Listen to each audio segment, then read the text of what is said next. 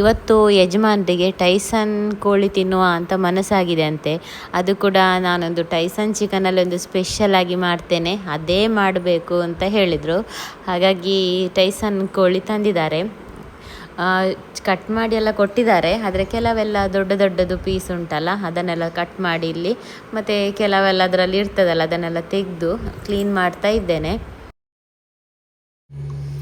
ಇಲ್ಲಿ 1 kg Tyson chicken ತೊಗೊಂಡಿದ್ದೇನೆ. Tyson chicken ತಂದಿದ್ದಾರೆ ನೋಡಿ. ಈ ರೀತಿ ಚರ್ಮವನ್ನುಂಟಲ್ಲ ಸುಟ್ಟು ಕೊಡ್ತಾರೆ ನಾವು ತರುವ ಚಿಕನ್ ಸೆಂಟರಲ್ಲಿ. ತುಂಬ ಟೇಸ್ಟ್ ಆಗ್ತದೆ. ಪೀಸಸ್ ಮಾಡಿ ಕೊಟ್ಟಿದ್ದಾರೆ. ಅದಕ್ಕೆಲ್ಲ ಒಂದು ದೊಡ್ಡ ಇರ್ತದಲ್ಲ, ಅದನ್ನೆಲ್ಲ ಚೆಕ್ ಮಾಡಿ ನಾನು ಎಲ್ಲವನ್ನು ಒಂದೇ ರೀತಿ ಹದ ಸೈಜ್ಗೆ ಕಟ್ ಮಾಡಿಕೊಂಡಿದ್ದೇನೆ. ಕಟ್ ಮಾಡಿಕೊಂಡು ತೊಳೆದು ತಂದಿದ್ದೇನೆ. ಇದರ ನೀರೆಲ್ಲ ಇಳಿಬೇಕು, ನೀರಿರಬಾರ್ದು, ನೀರಿನ ಅಂಶ. ಈಗ ಒಂದು ಮಿಕ್ಸಿ ಜಾರಿಗೆ ನಾನೊಂದು ಮೀಡಿಯಂ ಸೈಜ್ ಇದೊಂದು ಗೆಡ್ಡೆ ಬೆಳ್ಳುಳ್ಳಿ ತಗೊಂಡಿದ್ದೇನೆ. ಒಂದು 10-15 ಎಸಳಾದರೂ ಬೆಳ್ಳುಳ್ಳಿ ಹಾಕಬೇಕು. ಇದಕ್ಕೆ ಬೆಳ್ಳುಳ್ಳಿ ಸ್ವಲ್ಪ ಜಾಸ್ತಿ. ನೆಕ್ಸ್ಟ್ ಒಂದು ಇಷ್ಟು ದೊಡ್ಡ ಶುಂಠಿ. ಇದು ಕಾಯಿ ಮೆಣಸು ತುಂಬ ಖಾರ ಇರೋದ್ರಿಂದ ಒಂದು 3 ಹಾಕಿದ್ದೇನೆ. ಖಾರ ಇಲ್ಲದ್ರೆ ಸ್ವಲ್ಪ ಜಾಸ್ತಿ ಹಾಕ್ಬೋದು. ಈಗ ಇದನ್ನು ಸ್ವಲ್ಪ ನೀರು ಹಾಕದೆ ಪಲ್ಸು ಥರ ತುಂಡಾದರೆ ಸಾಕು, ಜಾಸ್ತಿ ಗ್ರೈಂಡ್ ಆಗಬೇಕು ಅಂತಿಲ್ಲ.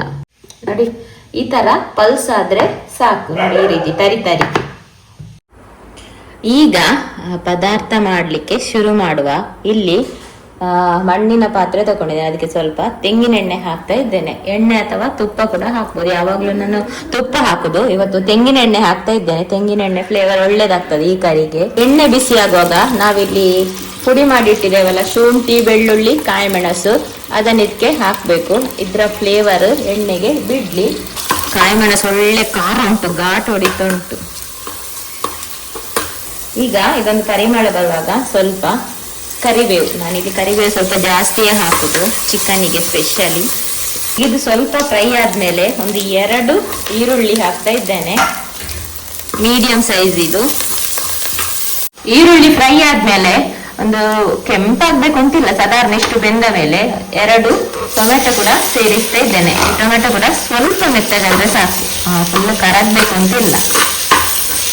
ಟೊಮೆಟೊ ಸ್ವಲ್ಪ ಸಾಫ್ಟ್ ಆದ ನಂತರ ಒಂದು ಅರ್ಧ ಸ್ಪೂನಷ್ಟು ಅರಶಿನ. ನಂತರ ನಾನಿಲ್ಲಿ ಬಫತ್ ಮಸಾಲ ಪೌಡರ್ ತಗೊಂಡಿದ್ದೇನೆ. ಬಫತ್ 20 ರೂಪಾಯಿದು 2 ಪ್ಯಾಕೆಟ್ ತಂದಿದ್ದೇನೆ. ಇದರಲ್ಲಿ 25 ಗ್ರಾಮ್ಸ್ ಪೌಡರ್ ಇದೆ ಒಂದು ಪ್ಯಾಕಲ್ಲಿ. 50 ಗ್ರಾಮ್ಸ್ ಅಷ್ಟು ಬೇಡ, ಒಂದು ಸ್ವಲ್ಪ ಉಳಿತು ಇದರಲ್ಲಿ, ಇಷ್ಟು ಸಾಕು. ಈಗ ಈ ಮಸಾಲೆ ಸ್ವಲ್ಪ ಮಿಕ್ಸ್ ಆಗಲಿ. ಖಾರ ಬೇಡ ಅಂತಿದ್ರೆ ನೋಡ್ಕೊಂಡು ಹಾಕಿ, ಒಂದೇ ಪ್ಯಾಕೆಟ್ ಸಾಕಾಗ್ತದೆ. ಈಗ ಈ ತೊಳೆದಿಟ್ಟಂತ ಚಿಕನ್ ಅನ್ನು ಇದಕ್ಕೆ ಸೇರಿಸ್ಕೊ.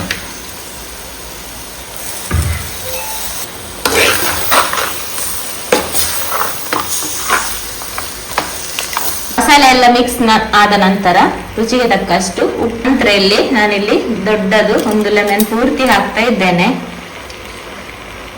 ನಿಮ್ಮ ಹುಳಿಗೆ ಅನುಸಾರವಾಗಿ ಲೆಮನ್ ಜ್ಯೂಸ್ ಹಾಕೊಳ್ಳಿ. ಮಿಕ್ಸ್ ಎಲ್ಲ ಮಾಡಿದ ನಂತರ 1 ಕಪ್ ಅಷ್ಟು ಇಲ್ಲಿ ನೀರು ಸೇರಿಸ್ತಾ ಇದ್ದೇನೆ. ಟೈಸನ್ ಕೋಳಿ ಬೇಯಲಿಕ್ಕೆ ಸ್ವಲ್ಪ ಹೊತ್ತು, ಸ್ವಲ್ಪ ನೀರು ಬೇಕಾಗ್ತದೆ ಈ ರೀತಿ ಮಾಡುವಾಗ. ಅದಕ್ಕೆ ಇಲ್ಲಿ 1 ಕಪ್ ಅಷ್ಟು ನೀರು ಸೇರಿಸಿದ್ದೇನೆ. ನಂತರ ಇದನ್ನು ಹೈ ಫ್ಲೇಮ್ ಅಲ್ಲೇ ಒಂದು 15 ನಿಮಿಷ ಬೇಯಿಸಬೇಕು. ಬೆಳೆದ ಕೋಳಿ ಆದ್ರೆ ಒಂದು 15-20 ನಿಮಿಷದೊಳಗೆ ಬೇಯ್ತದೆ. ಎಳತ್ತಾದ್ರೆ ಅದಕ್ಕಿಂತ ಬೇಗ ಬೇಯ್ತದೆ. ಈಗ ನಾನು 15 ನಿಮಿಷದ ನಂತರ ತೋರಿಸ್ತೇನೆ. ಒಳ್ಳೆ ಬೆಂದಿದೆ ನೋಡಿ, ನೀರೆಲ್ಲ ಡ್ರೈ ಆಯ್ತು. ಈಗ ಸ್ವಲ್ಪ ಕೊತ್ತಂಬರಿ ಸೊಪ್ಪು ಉದುರಿಸಿ ಮಿಕ್ಸ್ ಕೊಟ್ರೆ ಒಳ್ಳೆ ಚಿಕನ್ ಬಫತ್ ರೆಡಿ ಆಯ್ತು. ಟೈಸನ್ ಚಿಕನ್ ಬಫತ್ ತುಂಬ ಖಡಕ್ಕಾಗಿ ಖಾರವಾಗಿ. ಟೈಸನ್ ಚಿಕನ್ಗೆ ಜಾಸ್ತಿಯಾಗಿ ಈ ರೀತಿ ಬಫತ್ ಮಾಡಿದರೆ ತುಂಬ ಟೇಸ್ಟಿ ಆಗ್ತದೆ. ನೋಡಿ ಈ ರೀತಿ ಬಂದಿದೆ. ನಾನಿಷ್ಟು ಡ್ರೈ ಆಗಿ ಇಟ್ಟಿದ್ದೇನೆ. ನಿಮಗೆ ಸ್ವಲ್ಪ ಗಸಿ ಬೇಕು ಅಂತಿದ್ರೆ ಸ್ವಲ್ಪ ಬೇಗ ಗ್ಯಾಸ್ ಆಫ್ ಮಾಡಿದ್ರಾಯ್ತು. ಅನ್ನಕ್ಕೆ, ಚಪಾತಿಗೆ, ರೊಟ್ಟಿಗೆ ಎಲ್ಲದಕ್ಕೂ ಸೂಪರ್ ಆಗ್ತದೆ. ಖಡಕ್ ಖಾರವಾಗಿ ಈ ರೀತಿ ಚಿಕನ್ ಮಾಡಿದರೆ